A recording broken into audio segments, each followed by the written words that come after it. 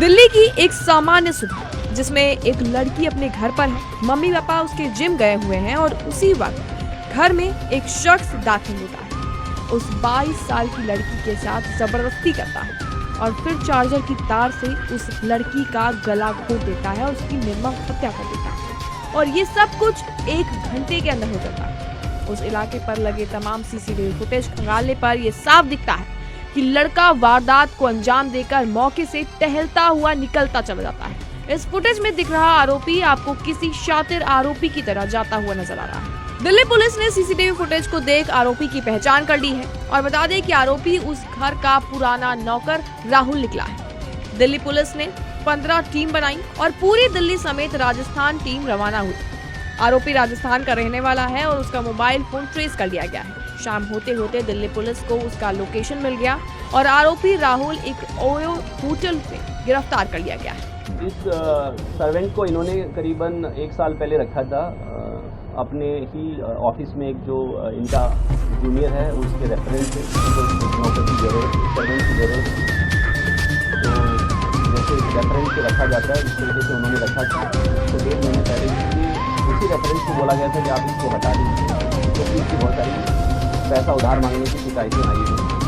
मुझे जानकारी में पता लगा कि ये ऑनलाइन गेम खेलता था और बहुत सारे जो आसपास के सर्वेंट्स हैं या जो घरों में काम करने वाला स्टाफ है उन लोगों से उधार लेता था और फिर पैसे वापस नहीं करता था। तो इस बात की जब जानकारी हमारे जो आज के केस में जो हमारे कंप्लेनेंट हैं IRS ऑफिसर, उनको पता चली तो उन्होंने अपने स्टाफ को बोला कि यार ये लड़का ठीक नहीं है, इसको निकाल देना चाहिए। अब सवाल यहाँ ये उठता है कि राहुल ने इस वारदात को क्यों अंजाम दिया? क्या उसका मकसद सिर्फ रेप करना था या फिर वो अपनी पहचान छिपाने के लिए लड़की की हत्या उसने की? क्या वारदात के वक्त लड़की ने उसे पहचान लिया था? पुलिस ये समझना चाह रही है कि सिर्फ रेप का मामला है या रेप और हत्या दोनों का। हालांकि आपको बता दें कि जांच में ये भी सामने आया है कि आरोपी की मानसिकता पहले से ही संदिग्ध। दिल्ली आने से पहले अलवर में एक और महिला के साथ दुष्कर्म का आरोप उस पर था, यानी 24 घंटे के अंदर 2 महिलाओं को टारगेट करने का आरोप। साथ ही बता दें कि सीसीटीवी फुटेज में से सबसे बड़ा सबूत ये मिला है क्योंकि फुटेज में आरोपी ने एंट्री में अलग कपड़े पहने थे, एग्जिट में उसने कपड़े बदल लिए। पीला टी-शर्ट, सफेद काली पैंट, बैग के साथ मूवमेंट रिकॉर्ड होती है। पुलिस ने हर फुटेज जोड़ा और ऑटो ड्राइवर तक वो पहुंच पाई और आखिरकार द्वारका के एक होटल से उसको गिरफ्तार कर लिया गया। बता दें कि पुलिस आज सुबह आरोपी को लेकर मेडिकल जांच करवाने पहुंची है। आरोपी को जंजीरों से बांधकर लाया गया था। यहाँ उससे पूछताछ की गई और उसने वारदात को क्यों अंजाम दिया गया, उसे जब पूछा गया तो उसने चुप्पी साध ली। क्यों मारा था उसको? क्यों मारा था? क्यों मारा था बताओ। बता दें कि आरोपी की पहचान राहुल मीना के नाम से हुई है, जिसकी उम्र करीब 19 से 23 साल के बीच है। वो मूल निवासी राजस्थान के अलवर का है और राजगढ़ इलाके का है। करीब 7 से 8 महीने तक उसी घर में उसने काम किया था, लेकिन कुछ 1.5 महीने पहले निकाल भी दिया गया था उसे। उधारी, पैसों की हेराफेरी, ऑनलाइन गेमिंग और जुए की लत और लगातार झूठ बोलने के जिसके चलते उसको काम से वहां से निकाल दिया गया। अब सबसे बड़ा सवाल ये है कि घर में वो घुसा कैसे? 4 लेयर सिक्योरिटी, फिर भी वो अंदर पहुंच गया।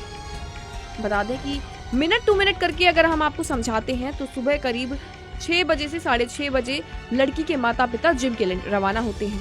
करीब 6:28 पर आरोपी कॉलोनी में एंट्री करता है, कुछ मिनट इंतजार करता है और फिर सीधे घर के अंदर दाखिल हो जाता है। करीब 45 मिनट से 1 घंटे तक वो घर के अंदर रहता है।